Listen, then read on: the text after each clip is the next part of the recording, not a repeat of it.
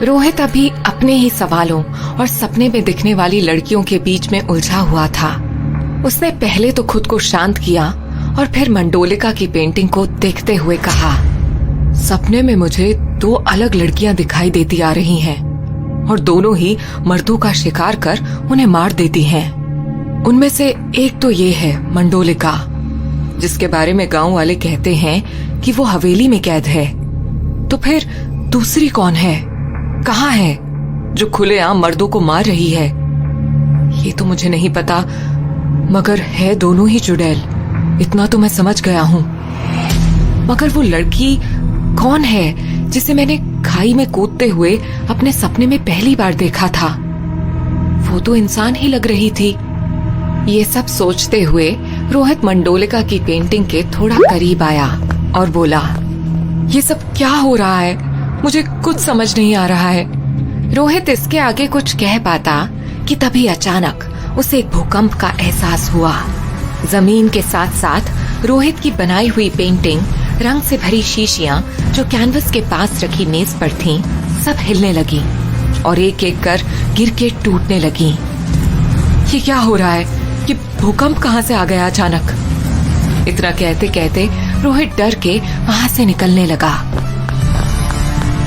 हवेली से बाहर निकलते ही रोहित ने सामने से आते हुए आदमी से पूछा, भैया इतनी तेज भूकंप आया था अभी, आप ऐसे क्यों टहल रहे हैं? आदमी बोलता है, अरे कौन सा भूकंप, कैसा भूकंप? यहाँ तो कोई भूकंप नहीं आया। ये कहते हुए आदमी आगे चल दिया। रोहित सोच में पड़ गया, यानी कि अभी तक जिस भूकंप ने हवेली में सब कुछ हिला के रखा था, वो मेरे बाहर आते ही शांत हो गया। मतलब कि वो भूकंप सिर्फ हवेली में ही आया था। ये सोच रोहित हैरान परेशान वहाँ से निकल गया। चलते चलते रोहित अपनी साइट पर पहुँच गया। वहाँ लोग अभी भी इकट्ठा थे और आपस में बातें कर रहे थे। एक तरफ रोहित वापस उस हवेली से खुदाई वाली जगह पर आ गया था, तो वहीं दूसरी तरफ गांव के मेले में काशवी और मायरा दोनों घूमने आए थे। तो कैसा लगा तुम्हें मेरा गांव, है ना अच्छा? काशवी ने अपने गांव के प्रति उत्साह जाहिर करते हुए मायरा से पूछा। इस पर मायरा ने भी कहा, हाँ अच्छा है। मायरा ने इतना कहा ही था कि तभी अचानक काशवी ने खुशी से चिल्लाते हुए कहा, अरे मायरा देखो, तारा माची, चलो ना बैठते हैं। काशवी की बात सुनकर मायरा ने कहा, ये तारा माची क्या है?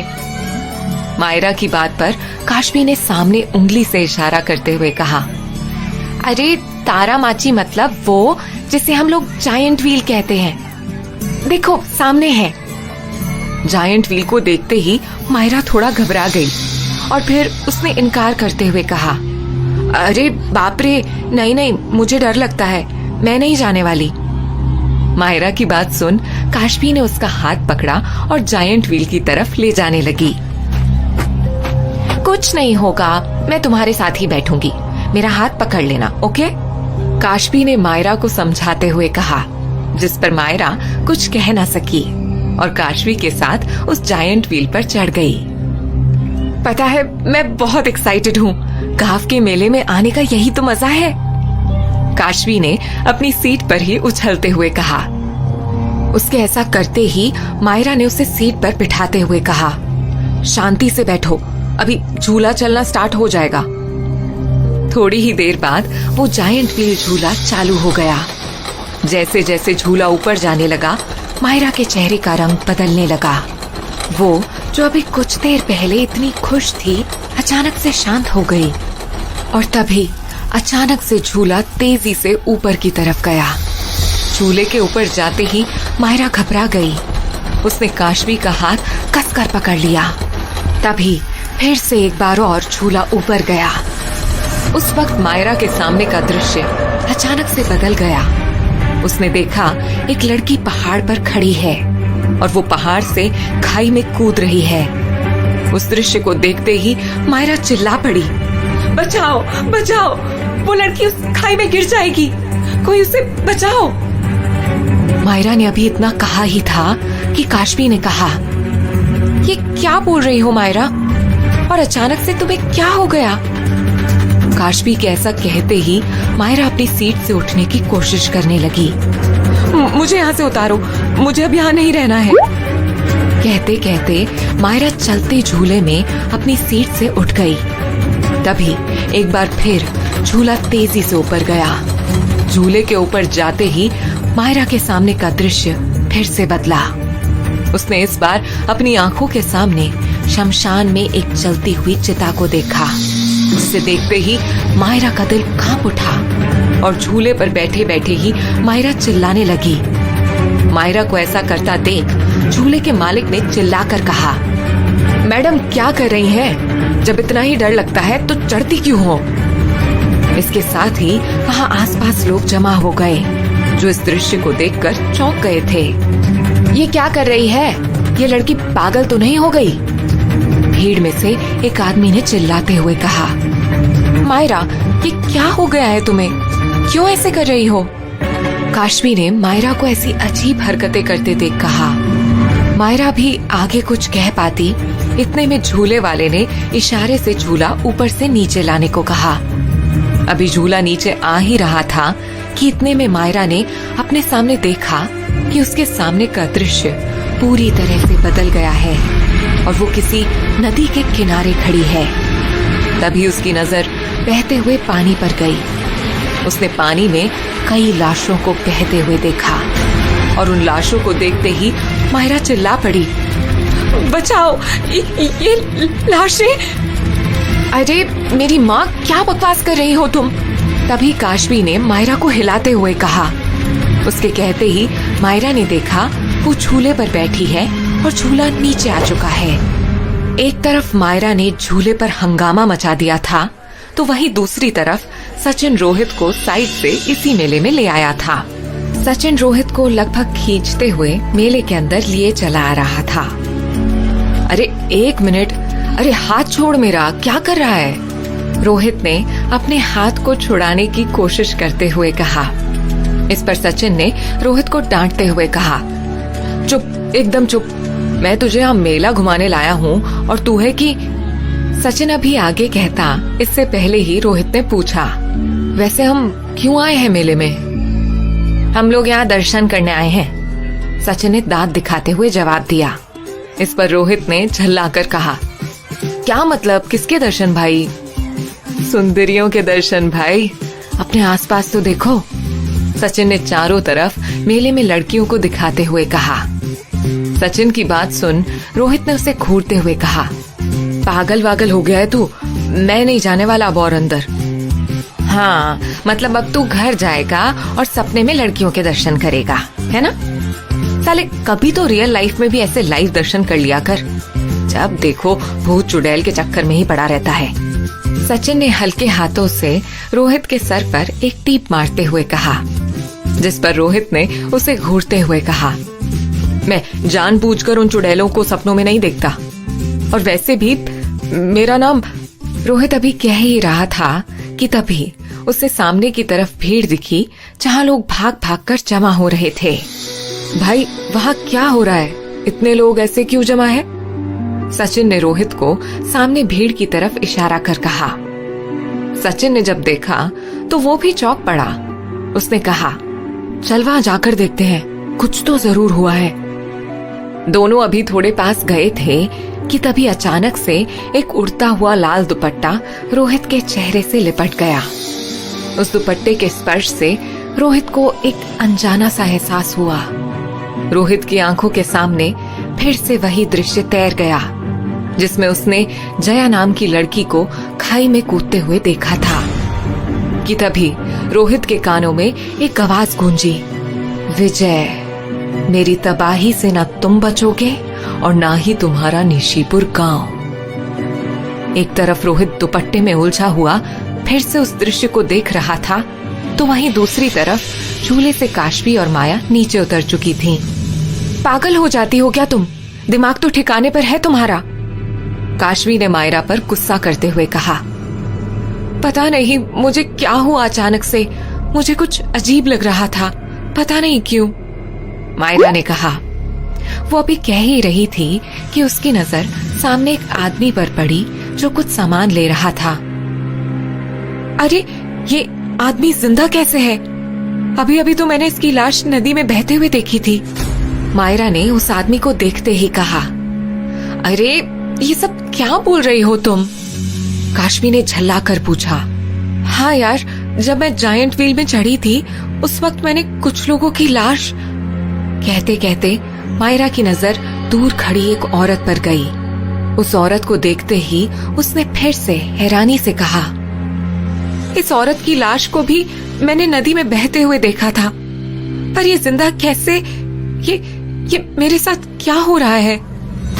तभी मायरा को अपने दुपट्टे का ख्याल आया। मेरा दुपट्टा कहाँ गया? लगता है झूले पर से ही उड़ गया होगा, मायरा ने कहा। ठीक उसी वक्त उसकी नजर कुछ ही दूर खड़े रोहित पर पड़ी, जो उसके दुपट्टे में उलझा हुआ था।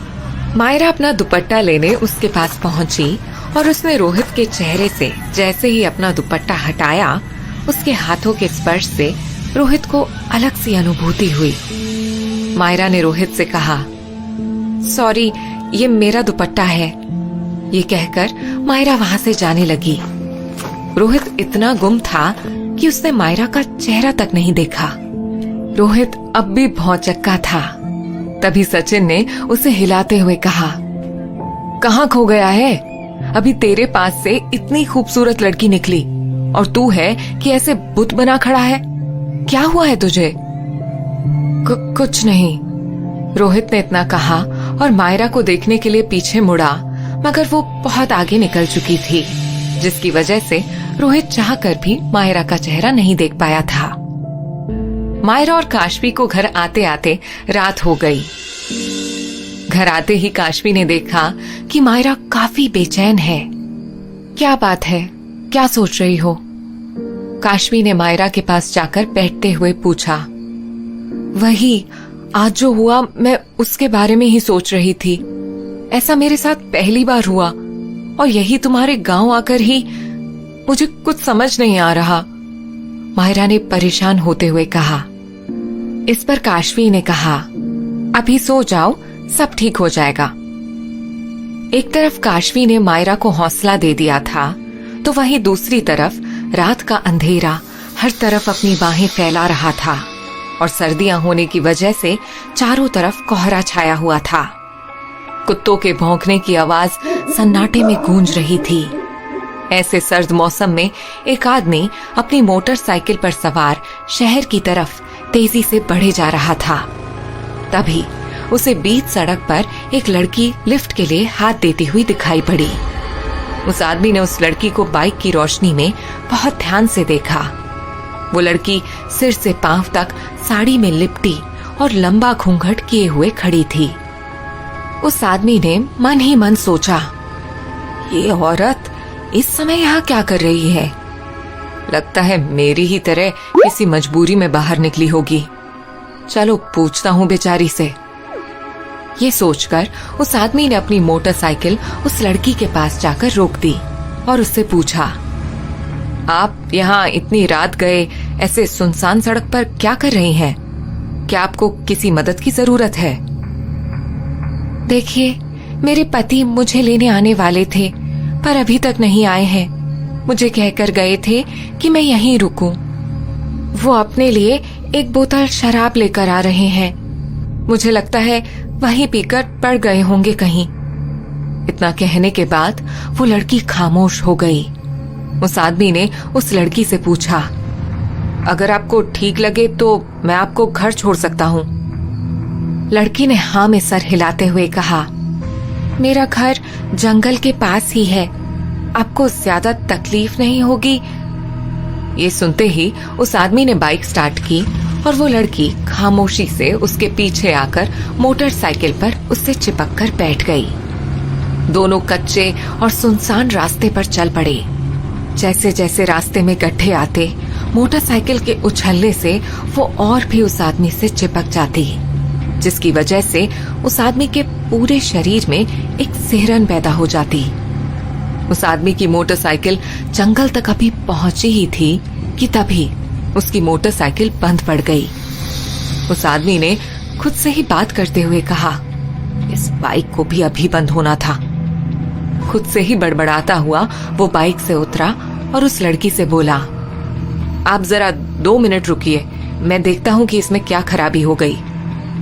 ये कहकर वो बाइक को चेक करने लगा और तभी उस आदमी की नजर उस लड़की पर गई जो थोड़ी दूर जाकर एक घने पेड़ के नीचे खड़ी हो गई थी। उस आदमी ने देखा कि उस लड़की के सर से पल्लू सरक चुका है, मगर उसका चेहरा चांद की ओर मुड़ा हुआ है।